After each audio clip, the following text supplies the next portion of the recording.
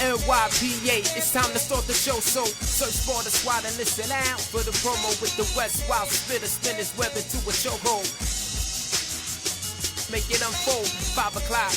Who gives a damn of what your man is say? We spittin' live wireless, leave them shot with the gamma ray. Ain't no runner-up, cause it ain't the closest to candidate. I fly so deep and you draw like Japanese anime. It's just us and the rest, news off the hottest press.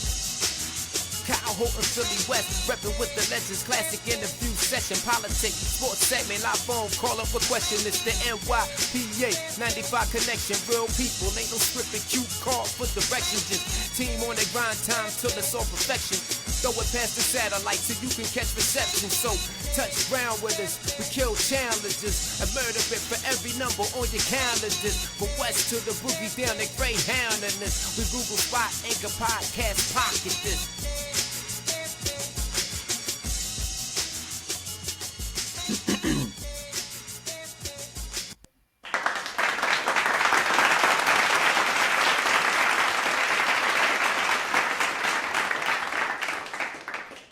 Welcome everybody to another episode of NYPA Entertainment Radio. I'm back up after having a week off last week for Father's Day holiday, weekday. Well, not weekday, weekend day or whatever. Weekend day, you know what I mean. I'm back. Hopefully your fathers out there had a great Father's Day and hopefully you got legit gifts and it went well. You're probably asking how mine was. Mine was fine.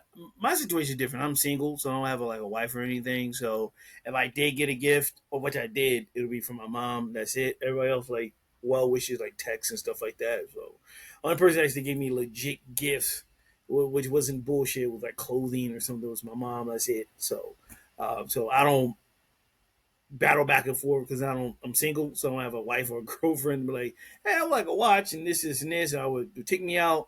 None of that stuff. But hopefully for those who are in relationships, who are married, that your significant other has done right by you and you had a great Father's Day last week. So back up, I'm at it. There's a lot of stuff that we missed since I was gone for a week. So we're going to backtrack and get into that.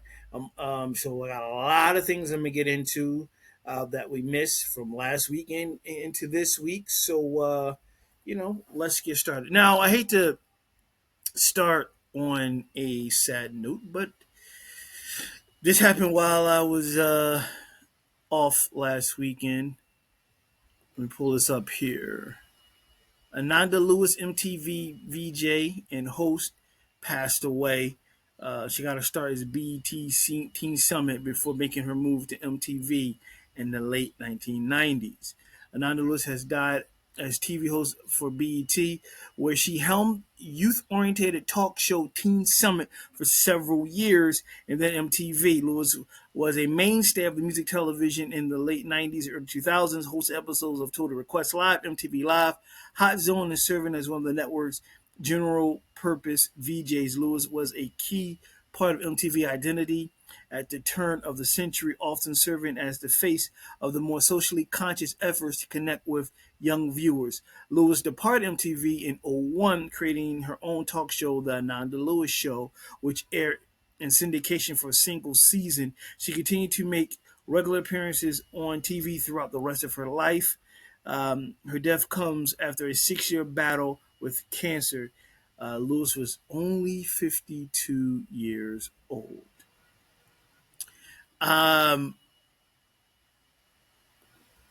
Let me see. Originally from LA, Lewis was a recent college graduate in 1996, volunteering with at-risk youth when she learned that BET was searching for a new host for Teen Summit. A former beauty pageant winner, Lewis apparently nailed the audition. Her subsequent work on Teen Summit would see her be lauded by the NAACP, interview First Lady Hillary Clinton, and become one of the faces of youth-aimed television in the 1990s. MTV certainly took notice. The competing network offered Lewis a job shortly after she took home her first Image Award and offer she ultimately accepted. In addition to hosting video shows at her new gig, Lewis was frequently tapped to to host specials touching on darker topics. The network had her host a special about the Columbine shootings, and she took lead on the network's tribute to her friend Aaliyah after the singer's death in '01. Lewis' rising star in status as a TV and fashion icon saw her branch even further out as the century ticked over. At just 28, she was soon out of MTV and instead creating and hosting the Ananda Lewis Show, which ran for a full year before ultimately folding. After that, Lewis would spend the rest of her life doing the work of sort of a journeyman TV presenter. She worked on Entertainment Tonight, spinoff The Insider, for instance, while also continuing to pop up from time to time, both of her old music network haunts. She also took a multi-year break from TV from roughly 2010 to 2018, as she spent the least as she's I'll get it right. She spent at least part of that time working in the world of carpentry. I'm adjusting my camera.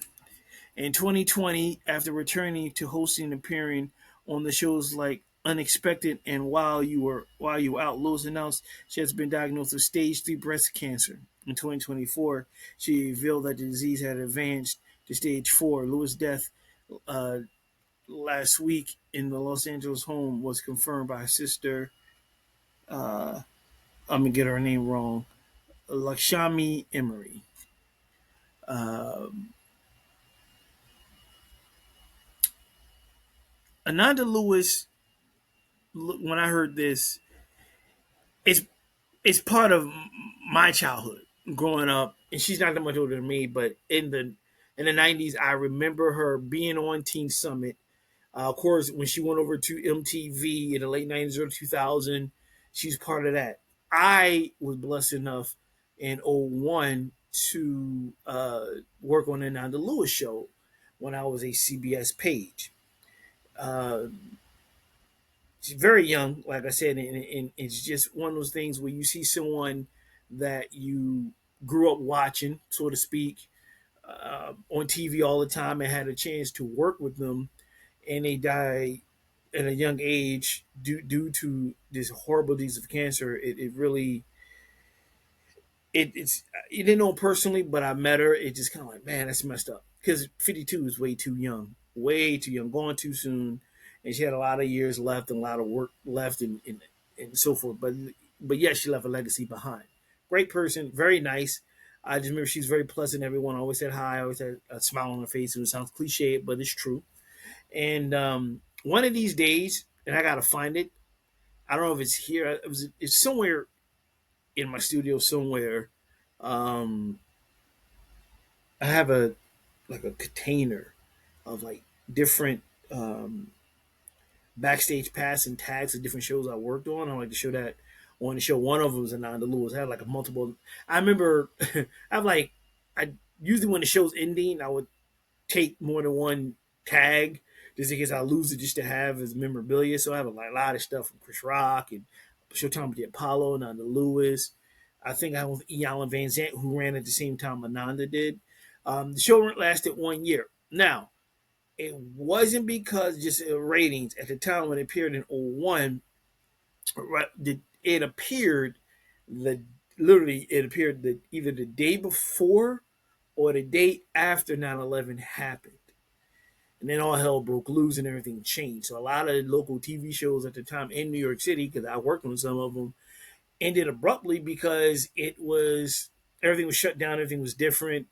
Uh, it was just a different dynamic in New York. A lot of live shows took a hit because of what happened, kind of like a COVID type thing, where once people left, they wasn't going to come back, and that's pretty much what happened. It wasn't that the show wasn't good; it was just 9/11 messed everything up. I think if it didn't mess up everything, because I either premiered the day before or day after. I can't remember. It might have been the day before. I think it was September 10th. The next day was 9/11, September 11th, and that's all that happened. And you know, but again, she still has a lot legacy left behind. You can YouTube and see some old videos of her with Teen Summit and very beautiful woman, very nice. I always thought she always resembled Chili from TLC and Tatiana Ali from The Fresh Prince. They always had that resemblance to each other with hair and the face and the features and so forth. But damn that cancer, man. You know what I mean? Damn. But she will ever be missed, and that's again part of my childhood growing up, my teen years, and going to my college years. I always thought she was much older, and she was only 4 years older, but because she's been on, seen her on Teen Summit, so she's only 4 years older. But like seen her on television all these years, I thought she's like 6, 7, 8, 9 years older. She's only 4 years older than I am. And again, going too soon, but her legacy left behind, and we want to see some old stuff. You just get YouTube it, and then check out Teen Summit and Total Request and all that stuff. So definitely going to be missed. Moving on, what else? It got a lot to get into because a lot of things has happened and is happening. Let me see, man, it's a lot. Let's yeah. Well, I know what you're asking. Yes, I do. I did some Diddy stuff, of course, because that's the hot topic. So we're gonna get to that in a minute. But I got a who's who, a lot of things going on, brother. All right, let's start with this one. The Clips announced North American tour. Pusha T and Malice will embark on their first national tour together in 15 years. The Clips have announced a North American tour. Pusha T and Malice first national outing as a duo since going on hiatus in 2010. The rappers will take Earth Gang on the road for a run that kicks off in Boston in early August and wraps up in September 10th in Detroit. Um, Clips return is in full swing as they prepare to release Let God Sort Them Out. Ooh, it's a tough thing. I love that title. Their first album in 16 years on July 11th. Pusha T recently revealed on John 11 via Rock Nation Distribution. Pusha T recently revealed that the duo split from Def Jam Recordings because Universal Music Group, home to Drake, asked him to censor a Kendrick Lamar verse that was recorded for the new album. Clip shared the album's first single, Ace Triumphs, last month. So here are the dates, and it looks like they are coming here. Let me give y'all the dates for everything. So if you're in Boston, August 3rd at the Roadrunner. You're here in Philadelphia, August 5th at Franklin Music Hall. New York City, Terminal 5. You got Virginia, where they're from, Virginia. You got Miami, Atlanta. They hitting it all the good places. They going to LA. They hit East Coast, West Coast, worldwide. And then in Detroit in Masonic Temple. So you in the area, especially here, East Coast and Philly area, August 5th, the Clips are coming here in Franklin Music Hall. Go check out the Clips. Dope ass duo. It's good to see them back together and dropping a new album. And I kind of like the name Let God Sort Them Out. I dig that. So check out it coming to a stage near you this summer. Get something to do for the summertime. Go check out the Clips. They back at it again. All right. What else I have? Wait. Okay. Staying with the Clips, I got something else on Pusha T. All right, so Pusha T appears to diss Kanye West on new Clip song. Pusha T appears to have a flamed former friend and collaborator Kanye West on a new Clip single "So Be It." The song, which formally released this past Friday, June 20th, premiered by Funk Master Flex and features some lines that appear firmly pointed at West. On the song, Pusha spat, "You cried in front of me, you died in front of me, Calabasas took your bitch, and y'all pride in front of me." Speaking recently with GQ, Pusha discussed the fallout of his relationship with West. He said, "The one thing that I can say about him is that he knows that every issue that he's having and crying about online right now, I've told him distinctively about those things. He don't talk to me like he talked to others." Pusha added, "He knows I don't think he's a man. He knows it, and that's why we can't build with each other no more. That's why me and him don't click because he knows what I really, really think of him. He showed me the weakest sides of him, and he knows how I think of weak people." Damn. The Virginia rapper went on to call his former label boss sick, quote, sick. He knows I don't think he's a man. He knows it, and that's why he can't build with each and that's why we can't build with each other no more. That's why me and him don't click, because he knows what I really, really think of him. He showed me the week and he repeated himself. He knows what I think of weak people. He repeated himself like twice. He got his point across. He said the complex, I believe there's a level of visibility that comes along with being next to somebody like Ye. At the end of the day, it's a level of musicality and genius level production that comes along with being next to him. So you get a lot of things that I think artists are looking for these days and being next to him. It's all about the music for me, just making music at a certain time, at a certain level. I've been in this game for a long time, so it's about a certain type of hip hop that I want to make. And truthfully, Ye definitely knows what I like to make, and I only want to be a part of things that I want to do. That obviously there's some serious friction between the two. I mean, you straight up calling him he's not a man. You calling him weak. To say like you can't be around weak people and so forth. And he cried in front of me and things of that nature. Listen, man. You know how can I say this? It's nothing wrong it, being emotional if you're going through something. If you with a friend and you feel like you can confide in that person, as a friend, you take that person as it is. If that person is breaking down, and sometimes you may not want to, but your emotions take over. You just do. You cry for whatever reason, and sometimes that person may need to get a cry to get that emotion out, and they may feel better and clear everything out, and they could maybe come to a resolution to what's going on in their life. So I don't know what's going on between them. I mean, they really didn't. He didn't really go into details, but something happened to cause his friction. And the fact that you call him a weak man, he's not a man. Something deep happened, and he's kind of vague about it. But something serious happened between the two, and hopefully one day they can get to squash it.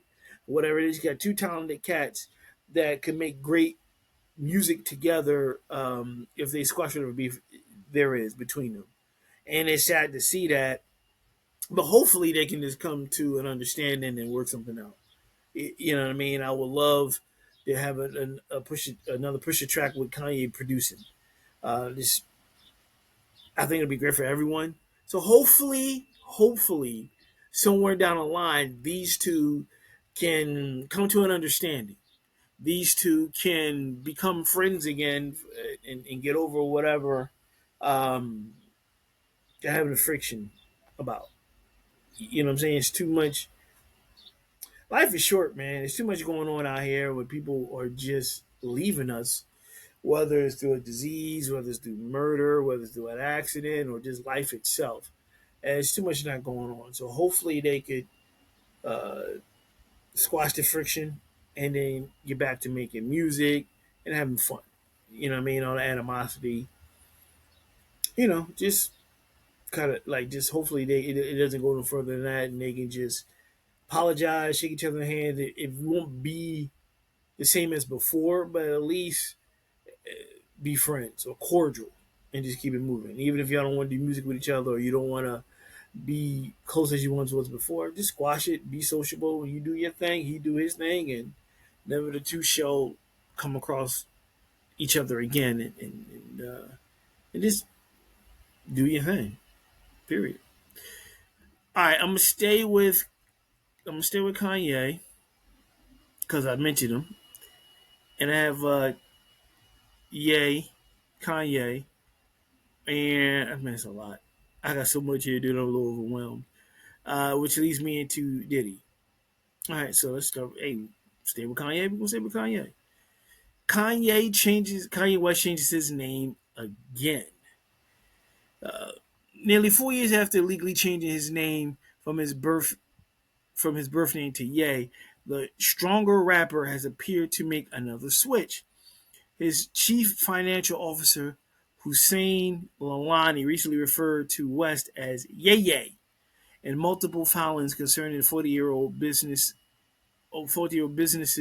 sent to the California Secretary of State in the documents obtained by this article on June 10th. Yay Yay was listed as the manager or member of West Companies, Yeezy Apparel, Yeezy record labels, and Ox Paha Incorporated. It's unclear if West himself also filed documents to legally change his name.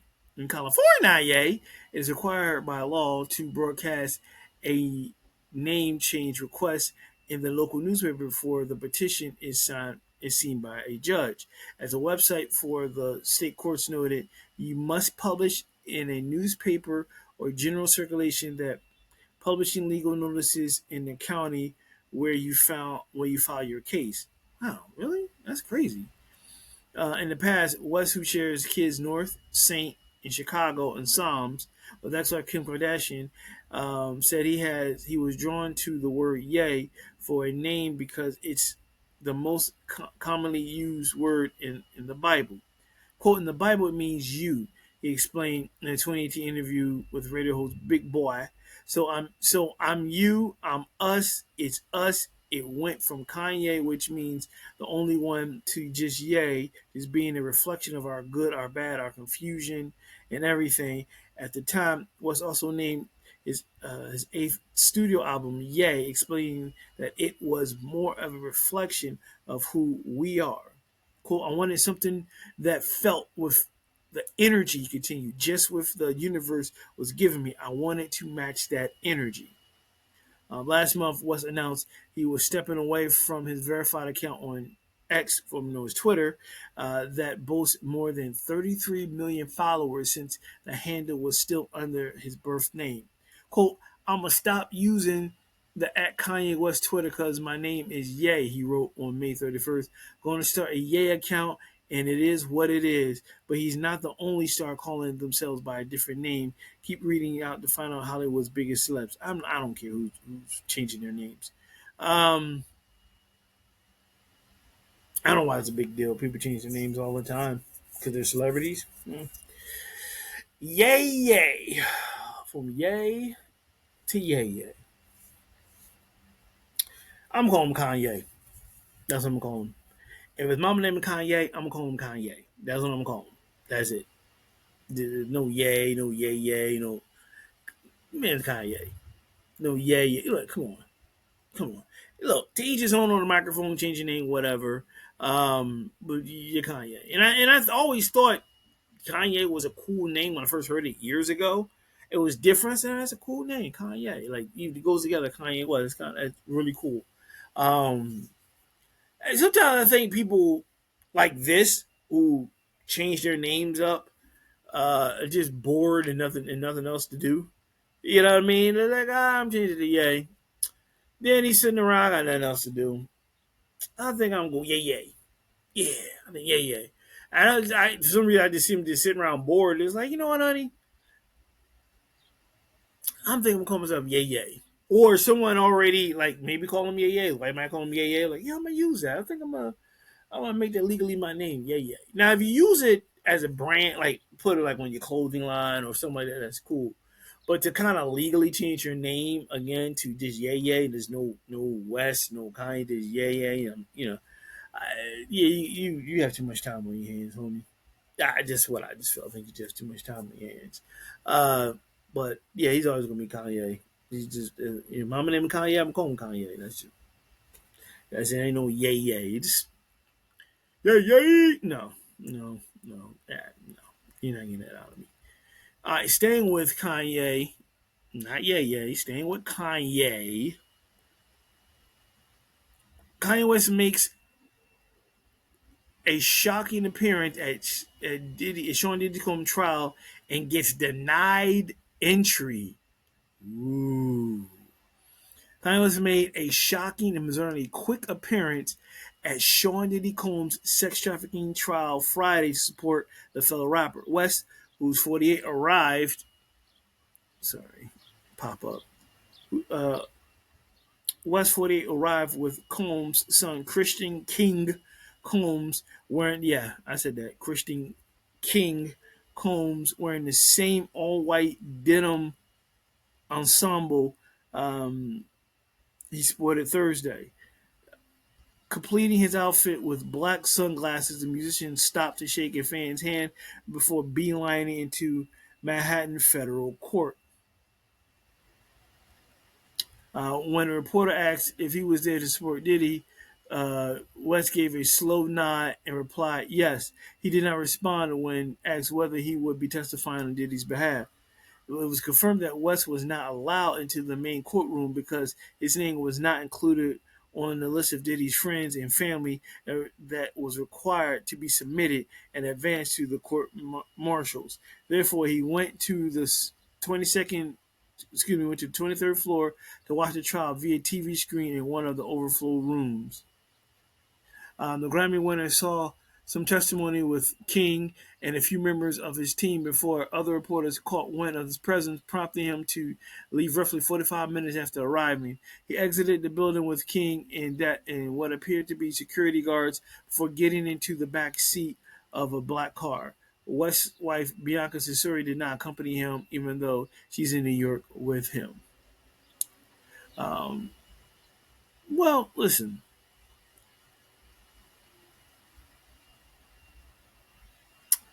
He Kanye, he has that right to do that. I don't see what the big deal is, but we all know because of who he is, the stigmata that comes with him. Uh, Everybody makes a big deal, and if he wanted to go support who he considers a friend, by all means go. I don't see what the big deal is. I don't know if it's genuine or not, and that's not for me to say. But if he wanted to go and show support in his own way, let him go show support. Uh, that's cool, and it does make sense. And I've heard that you have to be on I don't say a witness list, but like there is a list that has to be submitted prior to entering the courtroom for any case in general. He wanted to show support. Will he come back again? He might if he do it the right way. He might sit in there again, depending how difficult and tedious it is to get him added to the list. They may not want him to come in there because it might continue to draw reporters and more and all that type of stuff. And you got enough reporters there already. And something he wanted to do. Apparently, he ran it past his son and it was like, "Want to show your father some support?" Nothing wrong with that. To each his own. You know what I mean? And that's his friend, and I see there's no problem with that. It's not really. I think it shocked people, obviously. Um, I think it was genuine. I think so. I think he wanted to go. He wanted to check in and see how things are going and whatever. It might have been no different if he was just regular Kanye from Chicago visiting regular Sean Combs from New York, in my opinion. But that's what he did. So I don't problems with that at all. It is what it is, and I know people were shocked by that, but he has that right to do that. He has that right to show support, whether you agree with it or not. He has that right to go support his friend. Period. All right. I have staying with Diddy. So make sure I don't skip over anything. Here we go. Now, shift over to Diddy. Ex An ex college basketball player testifies that Sean Diddy Combs got extremely creative on drugs. A former Syracuse basketball player who worked recently for Sean Diddy Combs as a personal assistant testified at the music mogul sex trafficking trial this past Friday that Combs got extremely creative when he was on drugs. Brendan Paul, 26, was arrested last year in Miami airport with cocaine he says belonged to Combs, and he testified with immunity about what it was like working for the hip hop entrepreneur for a year and a half. Paul was arrested in Miami 2024. The same day, federal agents conducted multiple searches related to Combs' investigation. Prosecutors are winding down their case after 6 weeks of testimony from an array of witnesses ranging from ex-girlfriends and former employees to male sex work to male sex workers, and the rapper Kid Cudi. Ye, formerly known as Kanye West, even made a surprise appearance at the courthouse but didn't go into the courtroom. The prosecution seeks to convince that the jury that Combs oversaw a sprawling racketeering enterprise for 2 decades that relied on obedience by employees willing to do anything for him, including buying drugs when necessary.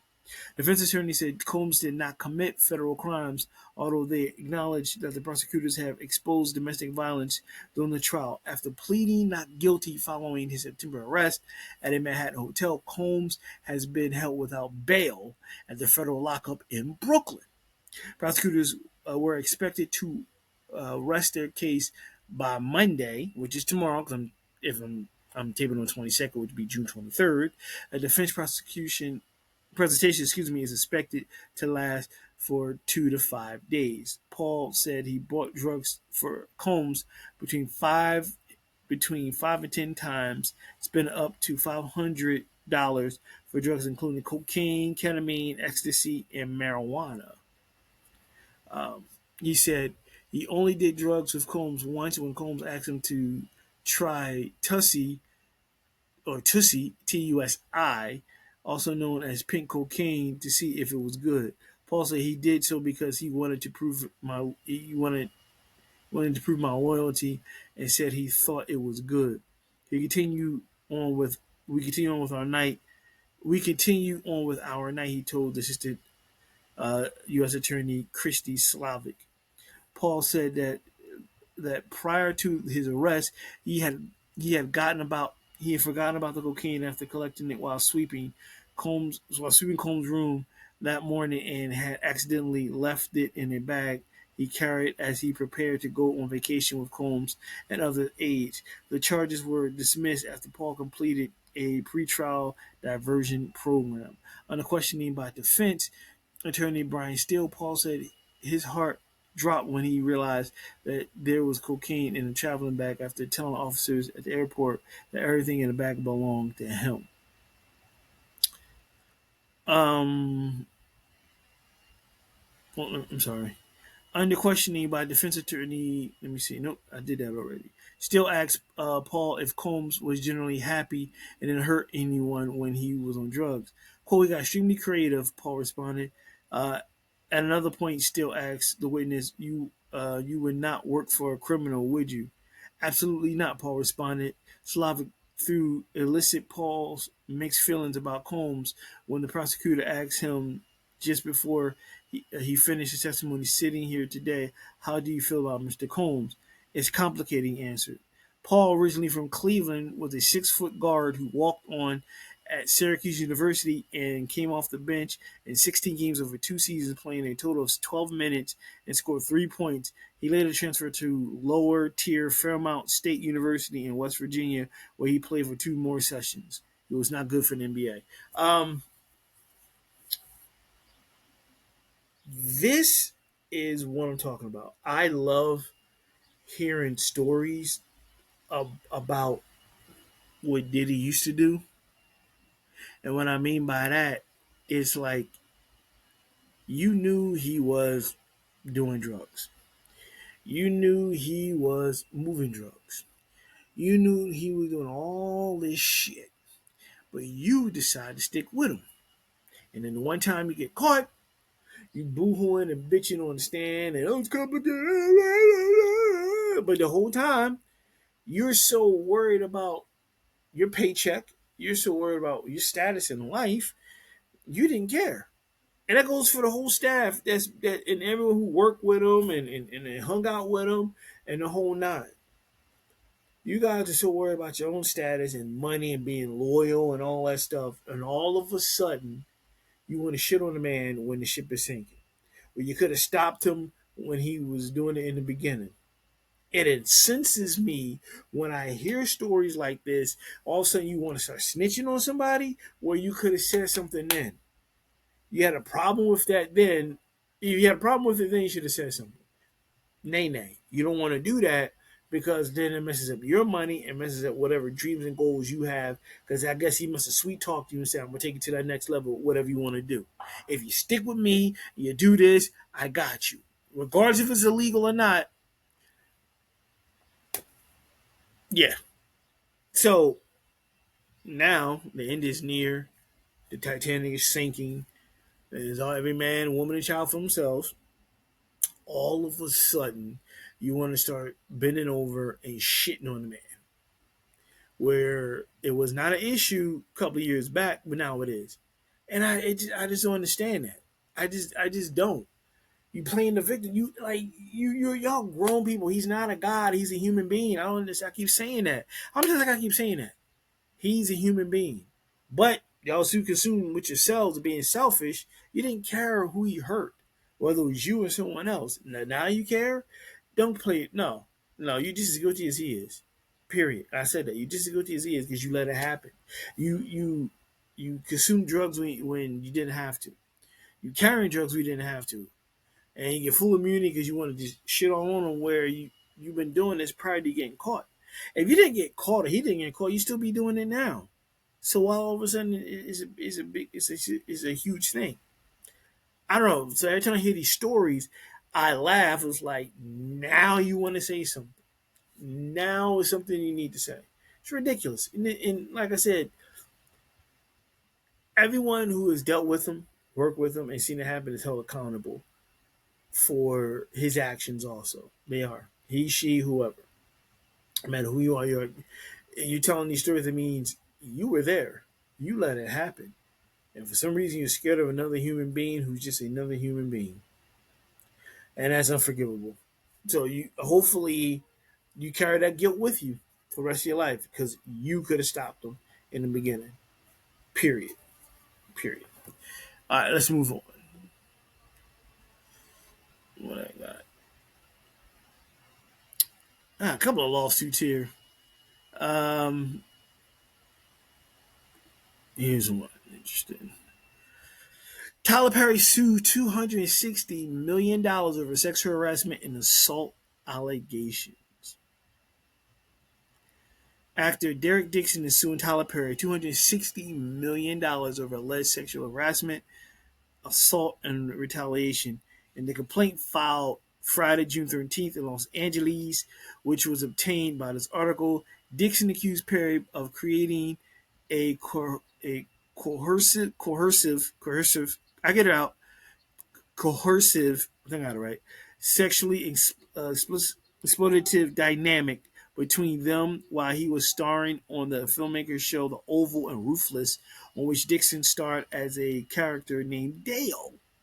The complaint accused Perry of, quote, initially promising him career advancement and creative opportunities, such as producing his pilot and casting him in his show, only to subject him to escalating sexual harassment, assault and battery, and professional retaliation when Mr. Dixon did not reciprocate Mr. Perry's unwanted advances. Matthew Boyd, an attorney for Perry, responded to Dixon's complaint in a statement to People magazine, saying that there is an individual who got close to Tyler Perry for what now appears to be nothing more than setting up a scam. Corporal Tyler will not be shaken down, and we are confident these fabricated claims of harassment will fail. The statement continues.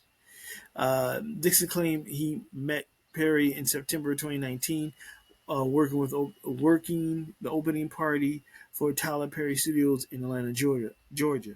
Dixon alleged that over the next few months, Perry often texted him, sometimes with suggestive advances, but also that he wanted to find Dixon a job and change his life. In November 2019, Dixon claimed Perry offered him a small role on Ruthless. Dixon claimed that Perry sexually assaulted him at Perry's home in January 2020, and the next month he offered Dixon a series regular role on The Oval, the complaint states. The actor alleged that upon reading the script for the first season, he discovered his character's fate was left up in the air in the finale. Mr. Perry made it clear to Dixon that if Dixon ignored Perry or failed to engage with the sexual innuendos, Dixon characters would die in the next season, the complaint alleged. Indeed, Dixon character's Dale was shot 4 times in the chest at the end of the first season on the Oval, and Perry always held that over Dixon's head, implying that Dale would survive if Dixon kept Perry happy. In the complaint, the actor complained he was similarly groped during a cast trip to the Bahamas in October 2020. Wasn't during COVID? We would be 6 feet apart anyway. Uh, Dixon alleged that in December 2020, he visited a physician who indicated that Dixon's exhibited severe symptoms of acute stress, insomnia, stomach issues, and dangerously low cortisone levels due to the sexual harassment and assault, and prescribed him Zoloft as an antidepressant. Dixon claimed Perry invited him to his house again in June 2021 to discuss Dixon's pilot for his show Losing It, which Perry had expressed interest in producing. He alleged he was again sexually assaulted by Perry at the meeting. Over the next 5 months, Dixon said he suffered from severe depression, anxiety, stomach pains, and nausea, and was diagnosed with post-traumatic stress disorder following the alleged incidents. Dixon claimed that Perry's fixers offered him a raise to return to the Oval, and that Perry would buy the right to produce his show, Losing It. I'm sorry, getting the screen. This continued to star in Oval, but left during the show's final season, a move he claimed resulted in him losing out to close to $400,000. According to the complaint, the actor is suing Perry for quid pro quo sexual harassment, sexual battery, sexual assault, intentionally infliction of emotional distress, and retaliation, and more. Dixon is requesting a jury trial for damages of $260 million. Where did he get that amount from? Who came up with that amount? Where did he get $260 million from? Like, who came up with that? Number one. Number two, again, you waited this long to say something. You let him do this shit to you for X amount of years, and you want to say something. Like, again, just like Diddy, this man is a normal human being. He is not a god. You're so concerned about your career that you would jeopardize your I'm gonna say you jeopardize yourself, your spirit, everything. Just get to the next level. Man, allegedly sexually assaulted you and made passes and any windows and all that stuff. And just to stay on a TV show, you subjected yourself to that. Like, come on. You gotta get the monsters in the beginning. You don't wait till near the end to all of a sudden complain about this. You let this go on for years. Again, self-absorbed, worried about your career. It caused you stomach pains and insomnia and all this stuff. And you didn't go after him then. You wait till now, once the show is over. Why didn't you get him then? I don't understand. I still stick by it. I don't understand that.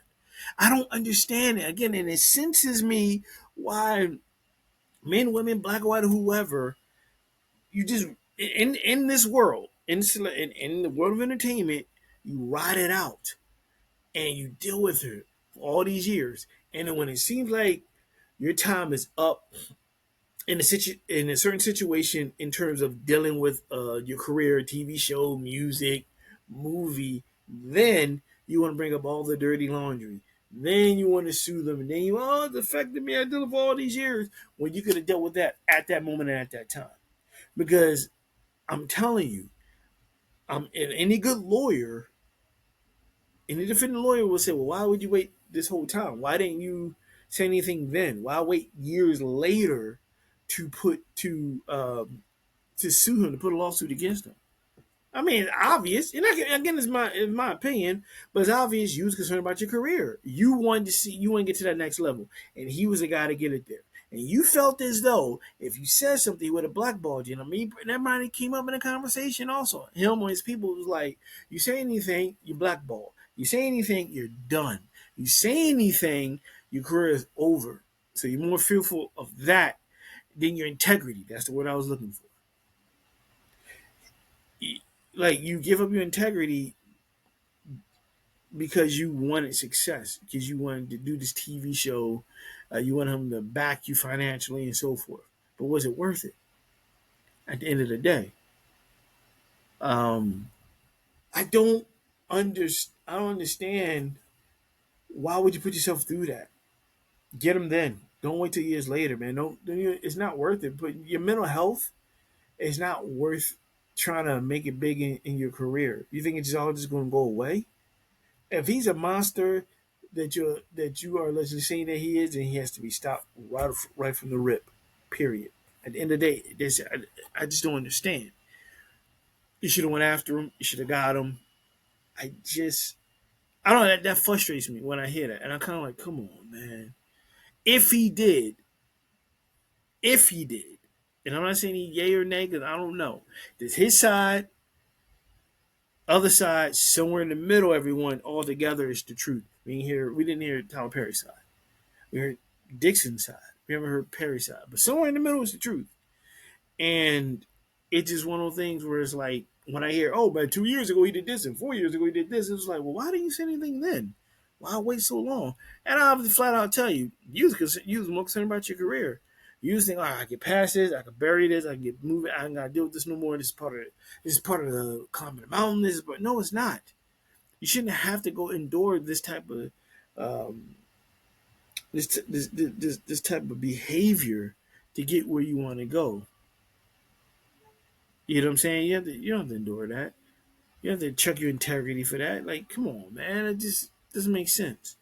So as time goes on, more will come out, and of course you'll hear it here on NYP Entertainment Radio. But I question it. Anytime I read something and it's it happened multiple years, and this year, 5 years ago, 20 years ago, whatever, and you just now saying something. I was like, why didn't you get them then? Why? Are you that more concerned about your career and money? I don't know. I don't get it. All right, let's see. There's a lot of lawsuits going on. Uh, there is a lot of lawsuits. I got a Fat Joe 20 million lawsuit alleges he engaged in sex acts with minors. Yeah, world of entertainment, ladies and gentlemen, boys and girls. Fat Joe sued for 20 million about former hype man. An explosive complaint alleges rapper engaged in sex acts with minors and coerced him into more than 4,000 sexual acts to maintain his standing.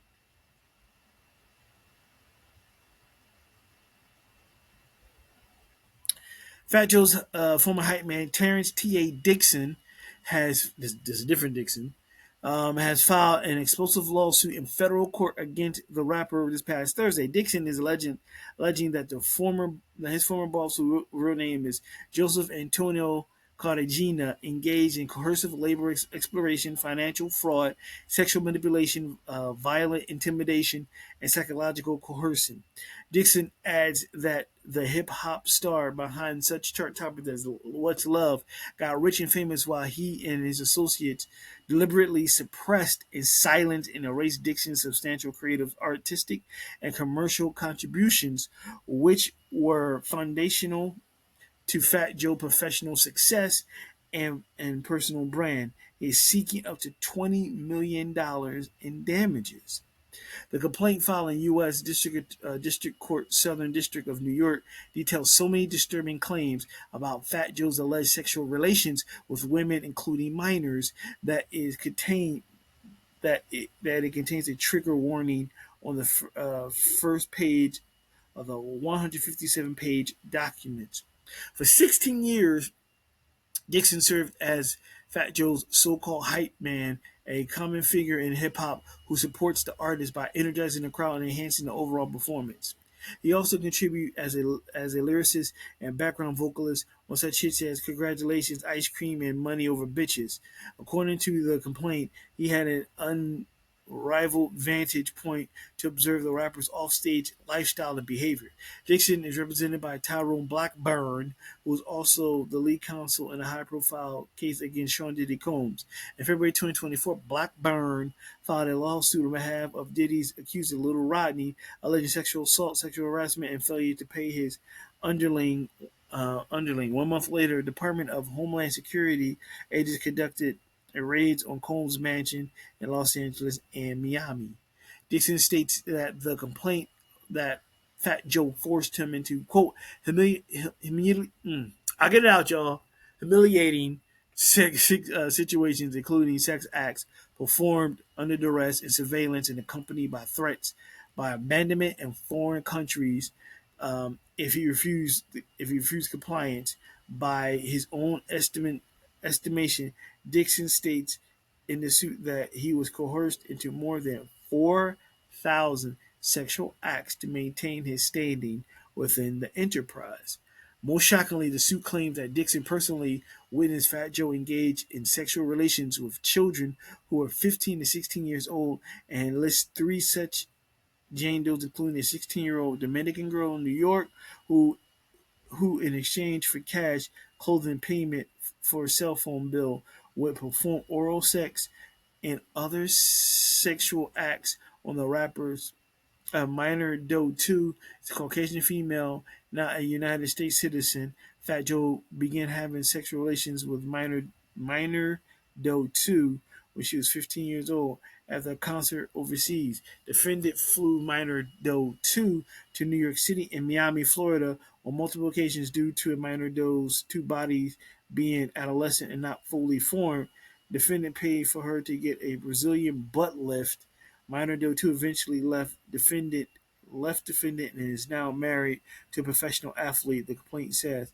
Minor Doe 3 is a Latina female who met the defendant when she was 15 years old, turning 16. Wow. And it goes on and on. There's a lot that goes go on and on. I'm not going to read the whole thing. But just enough right here says a lot. Um, I'm going to say it again. I'm going to say it again. I'm going to say it again. You've seen this happen in real time. Why are you waiting till now to say something? As soon as he did Jane Doe 1, minor Jane Doe 1, it shouldn't have got the 2, it shouldn't have got the 3. As soon as you seen this happen with a minor from the rip, your ass should have hyped yourself up and took it to the fucking police department and hyped your ass up more and screamed it to him and like what he was doing. You know what I mean? He wasn't that hyped because you didn't do anything until now. So something must have happened to make you get pissed off at him to spill the dirty laundry. I keep saying it. You catch the monsters in the beginning. Now again, I said before, like I always say, there's Joe's side, his side, so in the middle, it's the truth. But this is disturbing at best. And again, it incenses me that morons like this let these monsters attack. Not once, not twice, but thrice. Why did you get them in the beginning? What took you so long? You were so worried about your status, which he did say. He's more concerned about what all I have is this. What else am I going to do? That's what he was concerned about. But he didn't care about what he was doing to these little girls, allegedly. And when he was doing doing the drug, whatever. He didn't care. Everyone looks the other way when it benefits them. But when shit hits the fan, when they get mad at their boss, or the boss dismissed them and get rid of them, oh, they want to enter dirty laundry. Or they want to tell everybody, oh, he did this, he did that, he did blah, blah, blah, blah, blah, blah. He did all that stuff.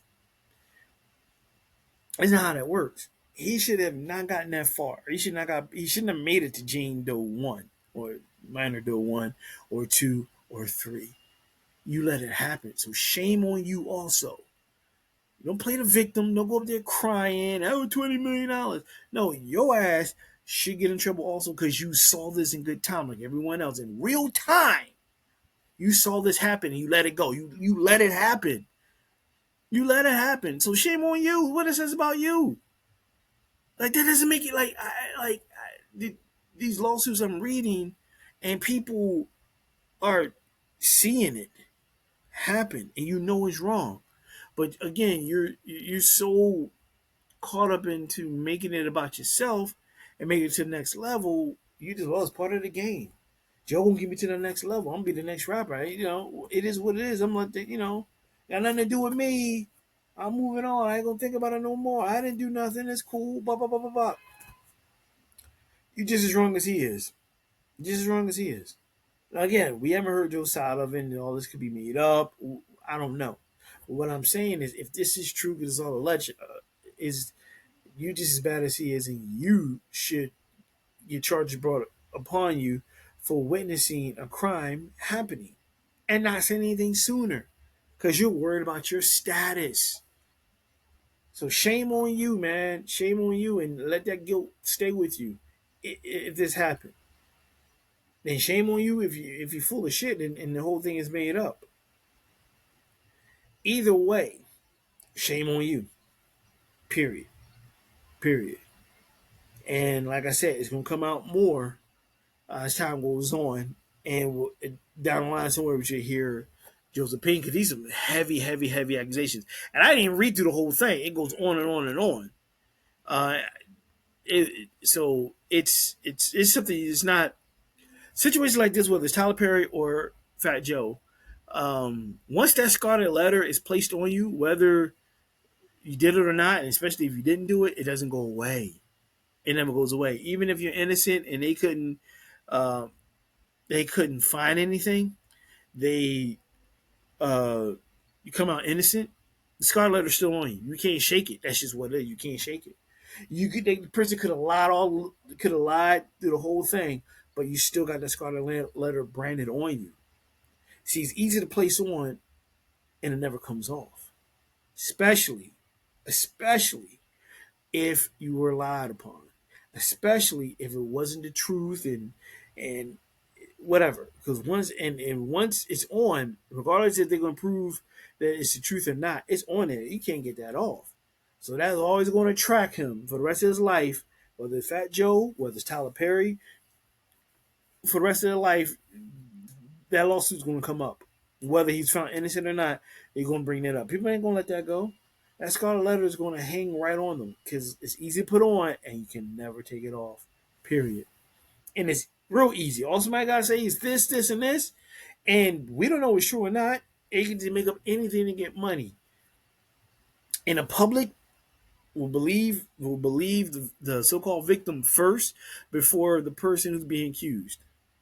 Not everyone is innocent. Not everyone is guilty either. People do lie. People do come up with extravagant plans to make money and to get back at that person who they may be angry with or whoever their target is. So we'll find out more as time goes on what the situation is with Joe is, what his opinion is, will it go to trial or not, if is there any merit to it or not, we'll find out. But again, to that person who let it happen, Dixon, another Dixon, you let it happen. Shame on you, man. The charges should be brought up on you for letting it happen. Sitting there and watching it and setting it up and seeing this happen and you didn't say a word. Charges should be brought up on you for being an accomplice in the whole thing. Period. That's my opinion. All right, what else?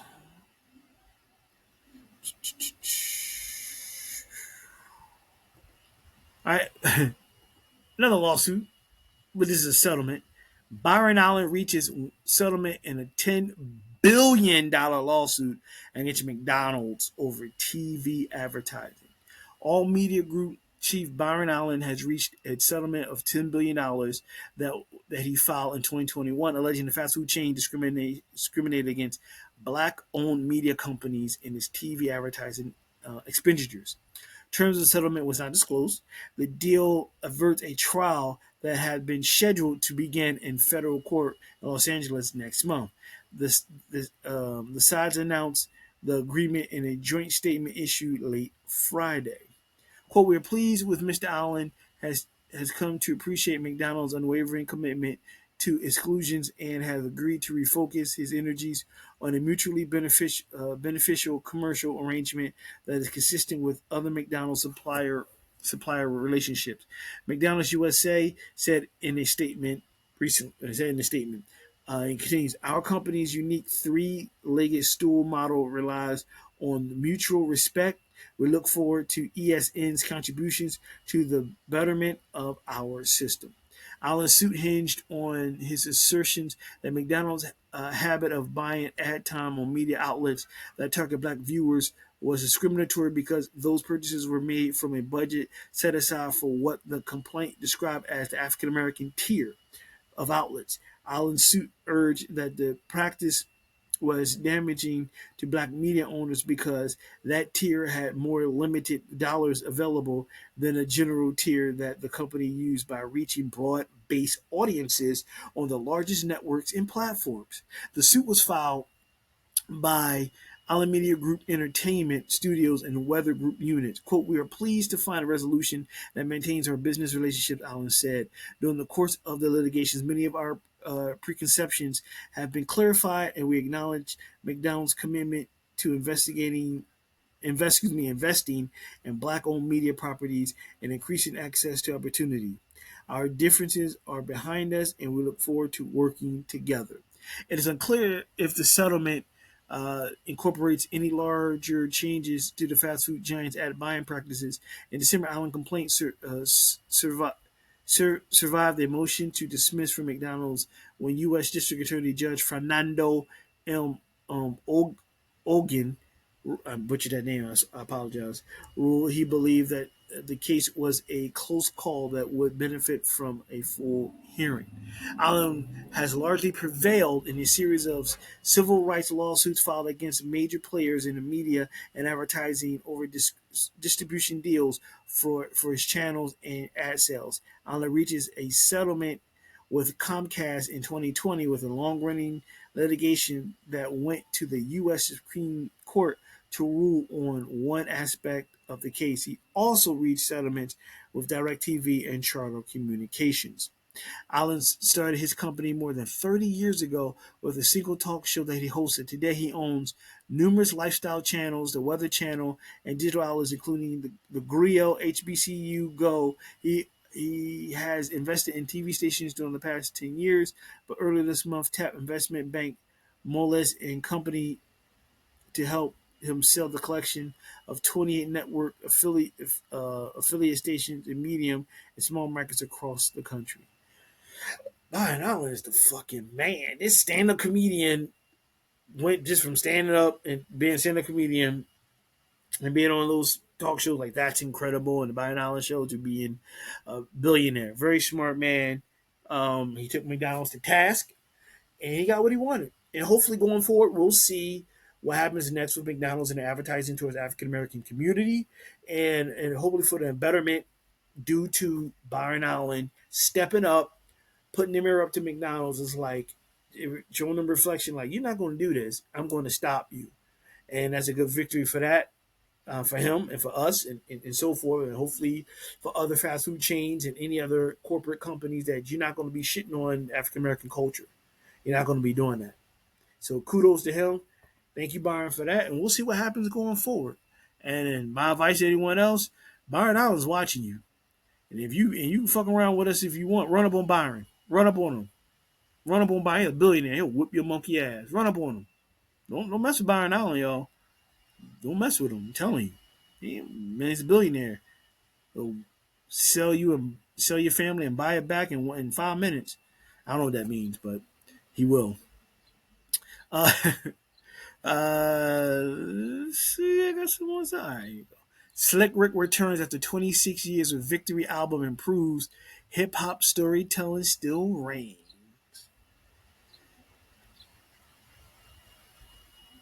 Hip hop legend Slick Rick has proven his creative spark is far from fading. The English-born rapper known for signature eye patch and masterful storytelling returned to the booth with his first new project in nearly 3 decades. He's reminding the world of the timeless rap prowess of his visual album Victory, released this past Friday, and it marks Slick Rick's first album since 1999's The Art of Storytelling.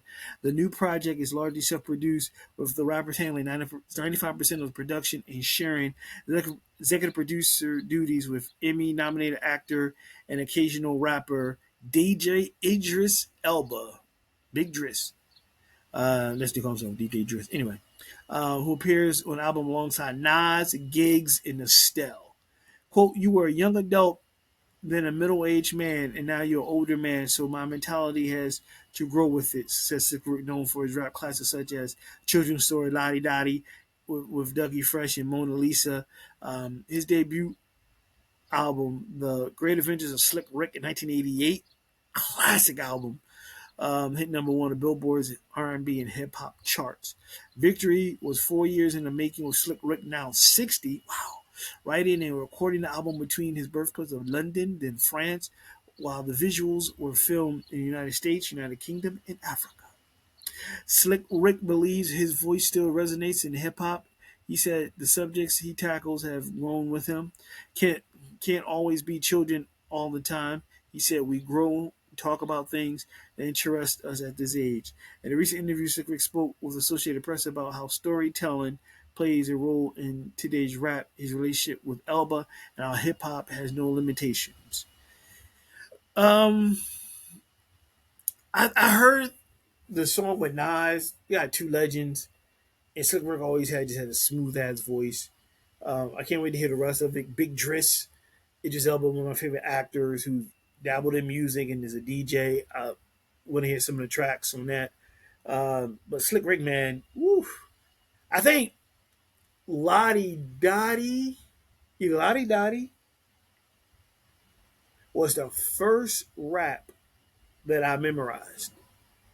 It was the first rap I memorized that I could say, like, as a kid. It was the first rap I knew from the rip. I could say it along with him. Like, I heard rap music before, but that's the first one because it was slow.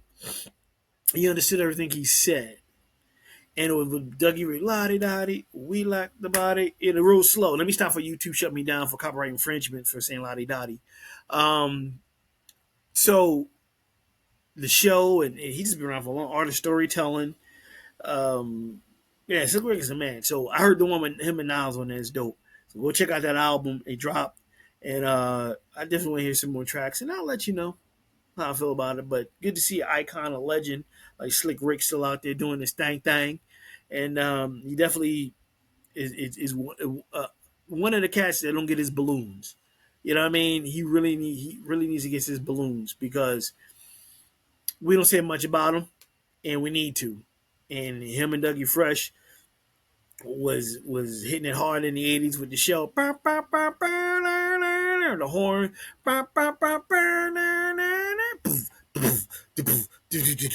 Man, that comes on, man. You hear this bobbing like, oh my God. It's the shit.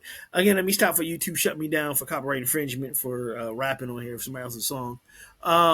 So, yeah, man, I'm telling you. Go check it out. Slick Rick, produced by Idris Elba. Big Driss. That's what's up. Staying in the world of music.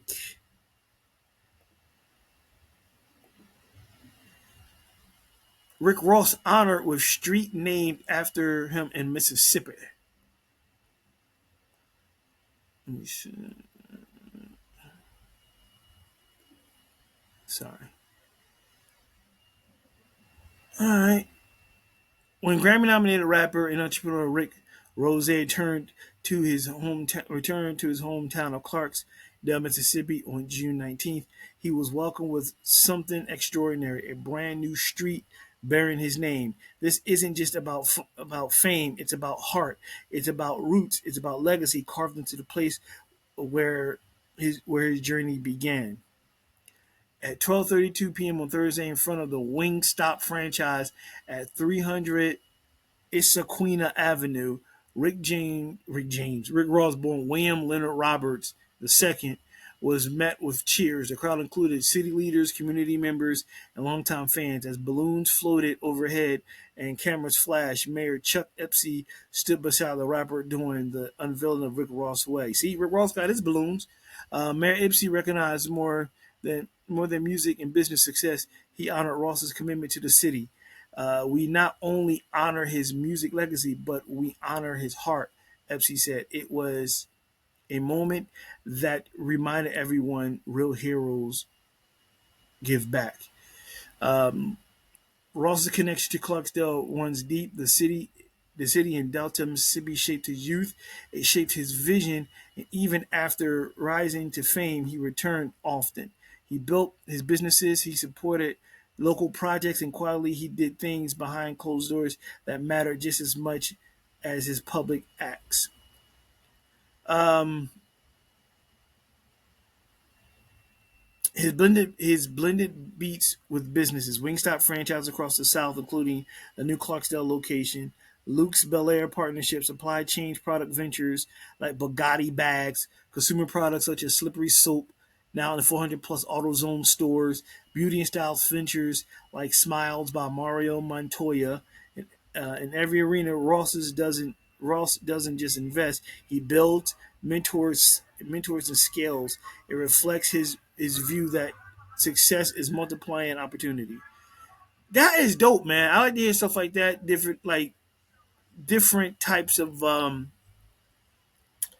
streams of businesses. I bring that up a lot with Snoop Dogg and Ross, Jay Z. Everyone has does it, and he got his balloons, and he's giving back. And you don't have to do it on a public stage. You don't have to do it for the world to see. You can do it behind the scenes.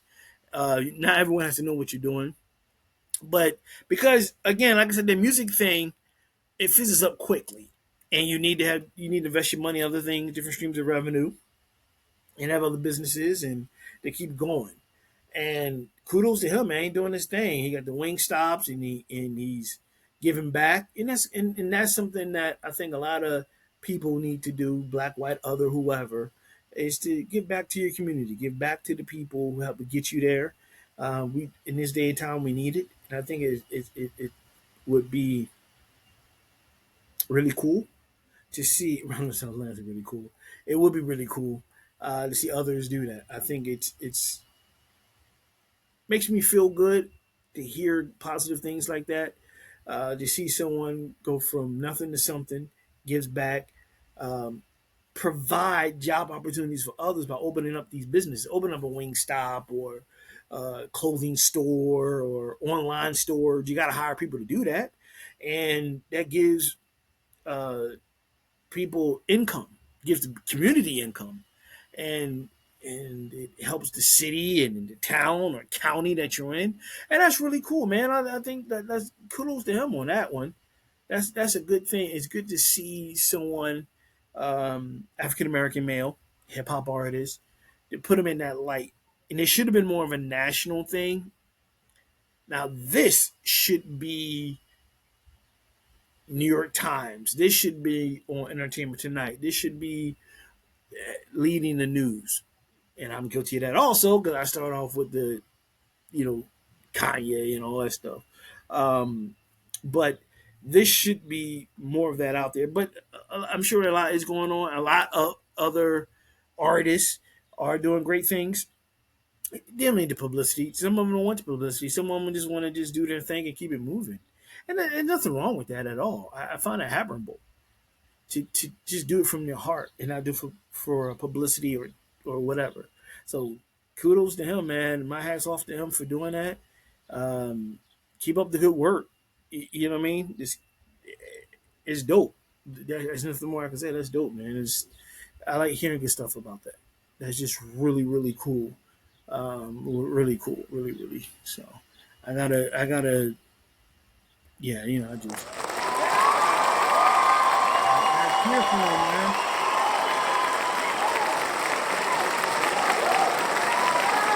You know what I'm saying?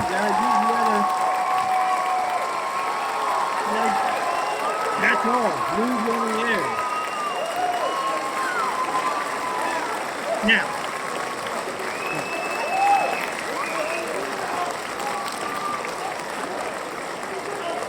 I'm gonna feel real stupid when I do this and edit and you don't hear the cheering, and I'm thinking it's cheering and just hearing but silence, and I have issues with the audio, and I'm like, yeah, that's cheering for him, and you don't hear nothing, but I hear it on my end. I'm like sitting there like, yeah, cheesing, but yeah, they hear it there, and you don't hear nothing. Like, what is he smiling at? I don't hear nothing. So hopefully it came through. I'll find out what I edited. So but yeah, that's um that's good, man. I like to hear stuff like that. You know what I mean? All right, let's see. What else? What else? A few more things here. I got a lot. I told you I've been gone for a minute, man, and so much has happened when I stepped away. That I was like, man, I can't wait to talk to y'all about this. I can't wait to talk to y'all about what's going on because there's just so much happened, and it always happened. As soon as I said, "Oh, I'm not doing the show next week," right? I said, "Oh, I'm not doing the show next week," and as soon as I say that, next thing I know, things happen. I'm like, "Oh my gosh," you know what I mean? It's like it started happening. Anytime, be like, "All right, whatever." But then I leave next door, this happened, this person died, this scandal, and all this, or good things, or what have you. So anyway, I'm not done. Okay. All right. I got a double bubble Chris Brown.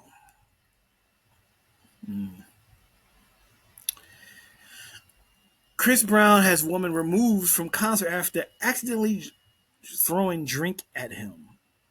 Yeah. Chris Brown has been through a lot over the past last month or so, but he's been able to do what he loves. That is performing in front of tens of thousands of people every night. But like any celebrity, some fans will test that their limits with how they get how they can treat them. Let me do that again. I'm sorry. That is performance in front of the tens of thousands of people every night, but like in celebrity, some fans will test their limits with how they can treat them. I got thrown out. I was scratching my ear, and then I felt as though I read that wrong, so I had to read it again. Uh, I read it out. This is real life. This female fan learned that she learned the hard way at Breezy's most recent show in Cardiff, UK. In the footage, the Virginia singer was in the middle of performing one of the biggest hits from the 2010s, Turn Up the Music, but he was briefly interrupted by some sort of beverage being thrown at him. He did a wrap up. He did a wrap up. He did, excuse me. I get it right, y'all. It's, 2 weeks messed me up, you know. He did wrap up the rest of the track, it seems, because the same clip cuts to Brown talking to audience about his no drink on stage policy. Do not throw any drinks on stage, mother. Do not throw any drinks on this mother effing stage. That's all I gotta say. All right, he said fairly calmly. Don't seem calmly. He said mother effing. No, I'm saying that. That's not the article says. In the middle of his warning, the woman who threw the drink at him screamed, "I'm sorry!" He appeared to acknowledge it, and you can tell he was frustrated despite the apology. But what's throwing fans off in the comment section is that she swears it wasn't on purpose. The caption over the fans' video says, "Point of view, you accidentally threw your drink on Chris Brown. He got you kicked out. Weary face emoji." Folks went off on her with one person writing, "What you mean he got you kicked out? You kicked out." Another said, "How how was that an accident? Don't PMO on this Juneteenth weekend." I don't understand when people use like abbreviations and shit. I'm an old head. Video ends with her getting escorted out of the arena by security.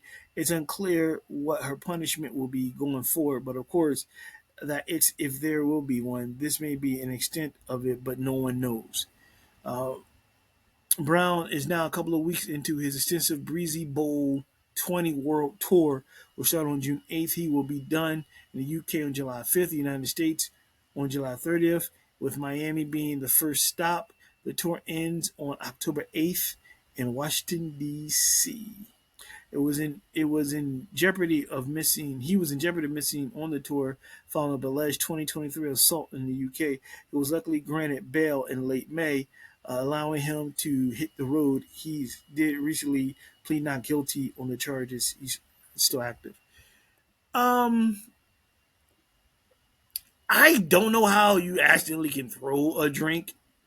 I don't know. Uh, unless, unless this is weird. Okay. And you just like and it slipped out your hand. But even then, you kind of like you got a grip on it, and it kind of went that way. So it was like, you know, now you was doing it, and it went that way. Okay, but I never seen no one dance like, no, she threw it. She threw it. She did it on purpose. She probably was drunk out of her mind, and then so I don't know. Something came over her. Maybe she's getting back at him for Rihanna. I don't know. Maybe she's a Rihanna fan. It's like a trap. She threw it. Who the fuck knows? I don't know. But as you know, accident. You did do it. You did. Yeah, you did. You did. It was like you did that, John. You did. You definitely did. So I don't believe in the accidental part at all. I'm not buying it. I yeah. Hey, I guess you could have been inebriated. I don't know. I don't know. Moving on, staying with Chris Brown. So Chris Brown did a very provocative photo shoot. Huh. Chris Brown's providing some shock factor here because there is a viral image coming out of a recent meet and greet, and he's got his hands wrapped around a woman's neck. Breezy had no issues posing for a photo with a well-paying fan who seemingly asked him to get handsy with her and glared menacingly into her eyes. Despite a long history of domestic violence convictions and allegations, as you can see, CB has his right hand grabbed. Well, you can't see it. I don't pull up. I might get in trouble with YouTube.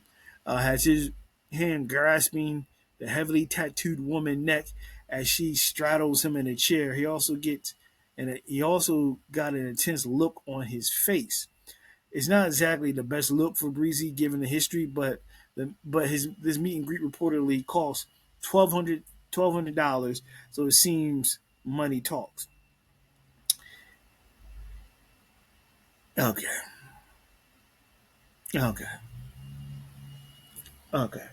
Let's start with the obvious. Number one, I am not paying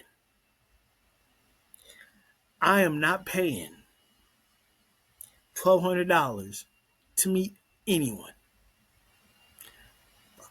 That ain't happening, Captain.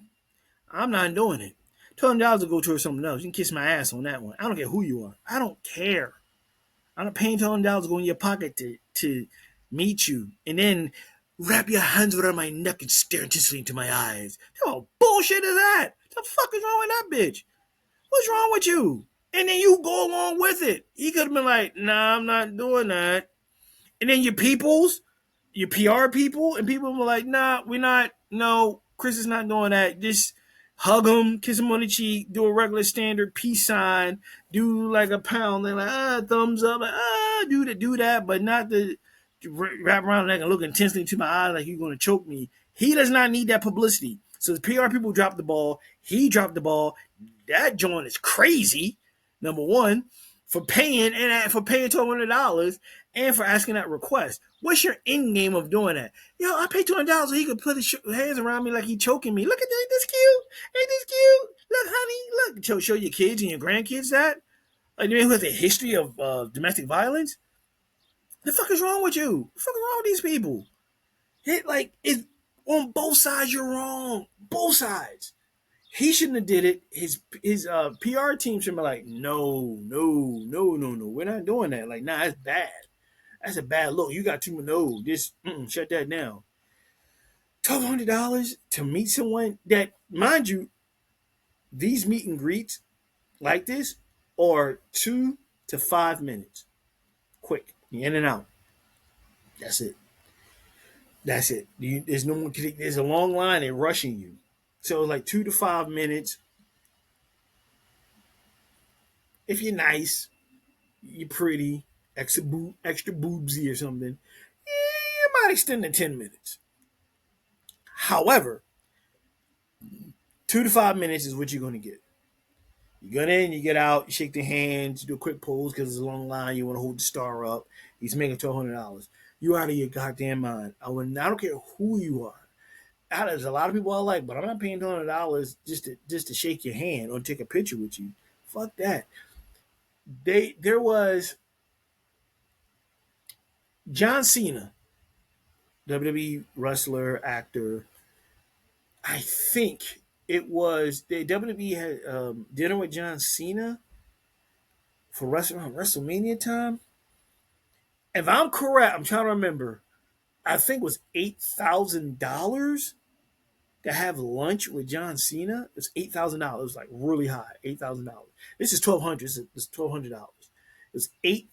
Chris Brown was 1,200. It was $8,000. $8,000 to break bread with John Cena. To have a freaking meal. To have a freaking meal with another human being who bleeds like I bleed. You cut him open, boom. He breathes like I breathe. Not a superhuman.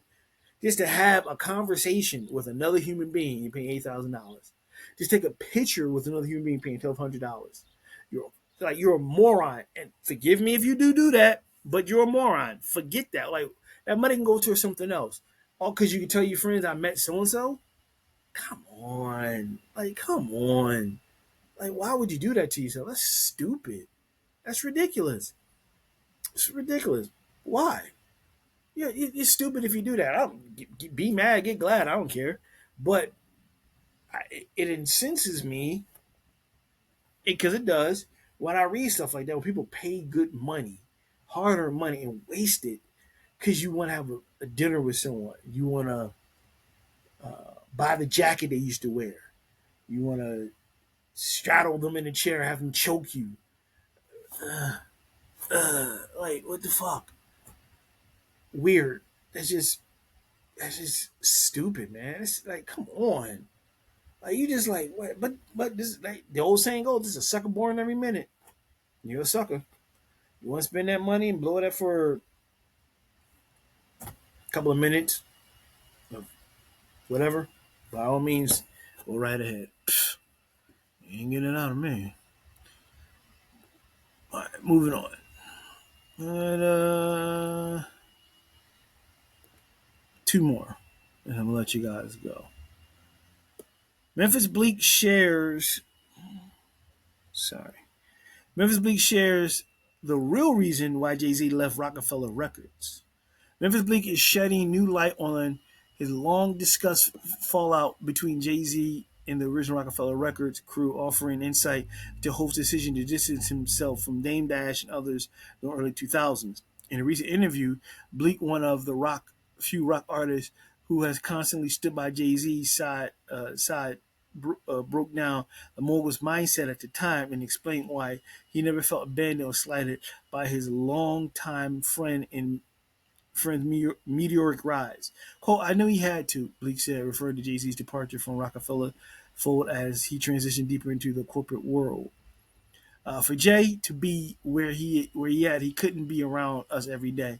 I'm a liability. Me now, being married, being a businessman, of course, things have changed. But the reckless Bleak, you couldn't be around us. Anything could happen, and then it spilled right back to you. For Bleak, the split wasn't personal. It was strategy. He emphasized that lifestyle differences in business responsibilities meant Jay-Z had to make a clean break, even from people he cared about. It's not that he don't rock with you or don't rock with us, Bleak explained. It's like, all right, dog, I'm over here getting to these millions. Y'all still in the club popping bottles. I don't need that look. When asked why his perspective of Jay-Z's departure differed from former rock affiliates who have criticized Hov in the years since, Lee pointed out to his attempt to prepare others for the inevitable shift. I don't know. I tried to tell these guys, he said, that's the thing. If you really sit down and see a lot of people, when these cameras cut on, they got an image. They got to keep it up. But if they really sit down and have a real conversation with the reality pills on the table, they'll tell you that I told these guys this was coming. The Brooklyn rapper also recalled trying to look out for Beanie Siegel, who has publicly aired grievances about Jay-Z in the past. Bleak recounted a conversation in which he warned Beans to carefully review the contracts tied to estate property clothing lines, especially since the label read manufactured by Rockaware. Yo, I'm telling him as a brother, yo, bro, check your contracts and all that. Make sure everything is right because I see it's manufactured by Rockaware. I don't think Rockaware was making their own clothes, so how they making your clothes? Bleak said. He looked at me. This is when I knew me and Bean's relationship wasn't the same. because he was like, "Yo, it sound like you hating on me, fam," and I'm like, "What you mean?" And he's like, "If Jay your man, like you say, why you ain't got no record label?" Bleak candid reflection provide rare clarity on the inner workings of the hip hop's most storied empires and why its members eventually went their separate ways. But Bleak made out like a fat rat because like Jay said in his rhyme, and he said, "Even in my will," I'm butchering it. He said, "Even if I die, somewhere in my will, Bleak's a millionaire." Whatever, I butchered that line. So he's set for life. Um, and Jay's a smart man, and I've heard Bleak say before that he tried to school everyone around him, and those who chose to listen did. Those who didn't. Um, and he left you behind, and he left. Bleak was listening, and he understood what Jay was doing, and it's why he's still with Jay now under one of Jay's umbrellas. Even if I die, you're my will somewhere. You know what I mean? He's a millionaire. Even if I die, you're my will somewhere.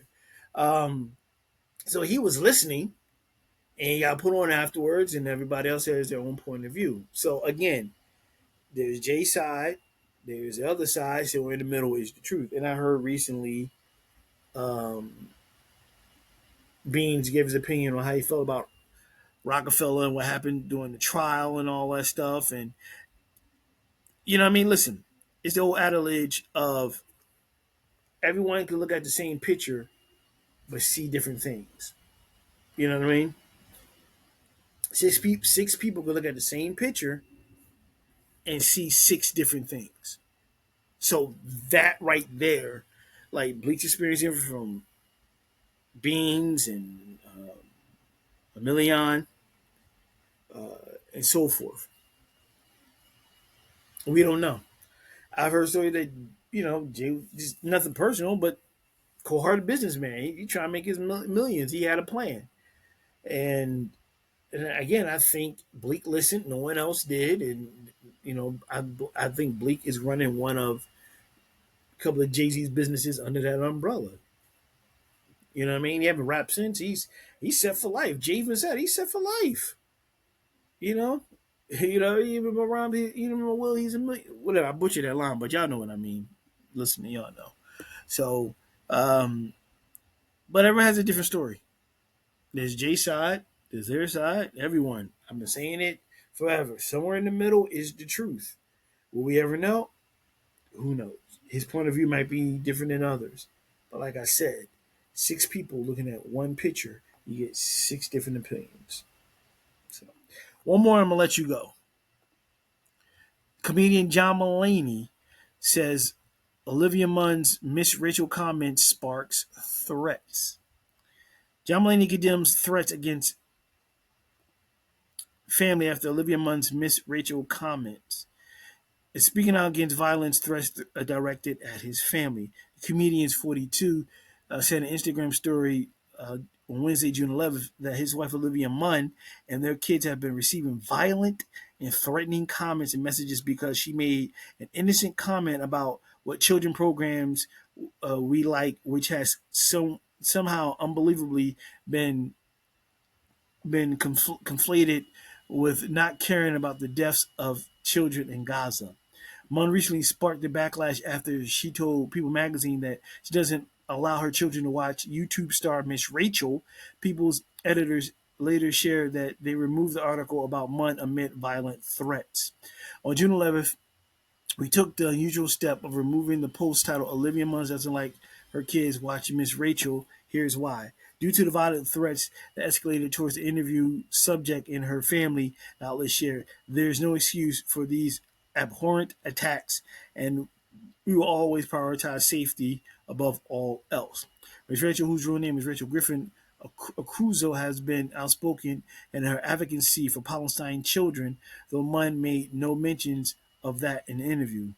Quote, this is absolutely insane and needs to stop, Mulaney wrote. The people doing this are so wildly out of line and so unhelpful to any conversation. You took a nothing comment to a dark, dangerous place. This kind of behavior isn't activism. In the original in the original People article, there is no longer available on the magazine website.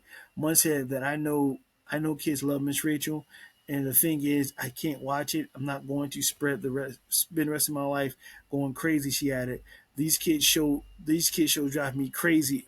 Munn also said that Blue's Clues is not allowed in her house either, and that she can't take children's cartoons. Crusoe reacted to the comments on Instagram by asking, "Who cares?" She shared screenshots from two Instagram posts about Munn's statement and questioned why media outlets were focusing on this instead of a Crusoe advocacy of children in Gaza. I'd rather you cover me advocating for kids in Gaza who are literally starving. Largest cohort of child amputees in modern history, thousands and thousands killed, no medical care, no educational homes. Do better, she wrote, clarifying she doesn't care that Munn doesn't want to watch the show. She said, all my love to her and her family. In a statement posted on Instagram on June 12th, Aguzo urged her followers to please be kind to Munn and her family and condemn hate attacks on hurtful comments. She said her call out of the People article wasn't about Munn, but rather about being frustrated with seeing stories that doesn't matter while children's immeasurable suffering is being ignored. The YouTube star also revealed that she has been in touch with Munn. I know some outlets who love to cover the feud between two women, but guess what? That doesn't exist, she said. Her and I have been in touch, and we are both choosing kindness. And in the Since Inspired Instagram story, Munn wrote that her comments were never meant to diminish the joy, comfort, and impact Miss Rachel brings to many families, according to Entertainment Weekly. Every parent understands the importance of finding meaningful programming that helps to connect us with our kids. I don't want something to taken out of context to be the moment that steals even a minute of joy for anyone. This is stupid. Someone has a right to their opinion. She didn't say anything bad. We are so territorial over a lot of things that is ridiculous. You should not be threatening another human being for having an opinion who didn't really say anything, but I don't watch it. How dare you? Shame on you for even threatening somebody and their kids over comments that doesn't. She didn't say anything. Like, focus on what Miss Rachel was saying about the kids in Ganya. Was having uh, issues over another country, amputees, the whole nine. Like, worry about that. You know what I'm saying? Like, I don't get that. You know what I'm saying? Like focus on that in Gaza. I don't get the words out. Um, Focus on that. Y'all put your energy into nonsense, but you're not focusing on what's going on in Gaza. Like, stop threatening people who has opinion. And all she said, I don't watch it. So what? Who gives a flying F? Who cares? I don't even know who Miss Rachel is. You know what I'm saying? But again, it doesn't make sense when people get mad at other people's opinions. If you don't follow the masses, you're a horrible person. That's what the world is like. If you don't go along with the large group of people, then you're full of hate and you should be stoned in the street. Everyone has an opinion. It doesn't make it factual. Everyone has a right to their opinion. She said she doesn't watch. That's all she said. She's like, I don't watch it. I don't watch cartoons. I don't. Who cares? This woman, Miss Rachel, worry about the kids in Gaza. Focus energy on that. This shit going else in the world. You worry about comments. You threaten death threats to a mother and her kids. She didn't say anything. She didn't say nothing. But you got these keyboard bullies who sit in their parents and grandparents' uh, basements under a robe eating Oreos and drinking milk. I'm gonna get you and have no life. Don't bathe. Yeah, I said it. Come get me. I'm not scared of you. And it doesn't make any sense. Like, she didn't like she you don't threatening people for. She didn't disrespect no one. She was like, I don't watch it. And everybody lost their minds. How dare you threaten this woman and her kids? Kids who are in the single digits. What's your end game? What's your end game? What did she say? She ain't say nothing. And then back in your face, her and Miss Rachel, Olivia Munn and Miss Rachel, cool. They cordial. Boom.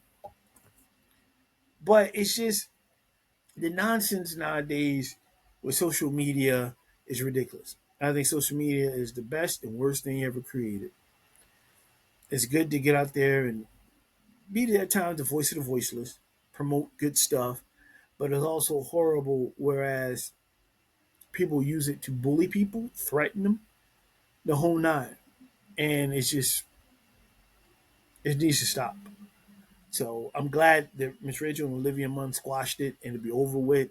Move on, focus on what's going on in Gaza and other things in the world is more important than someone saying they don't like your kid's favorite children's show.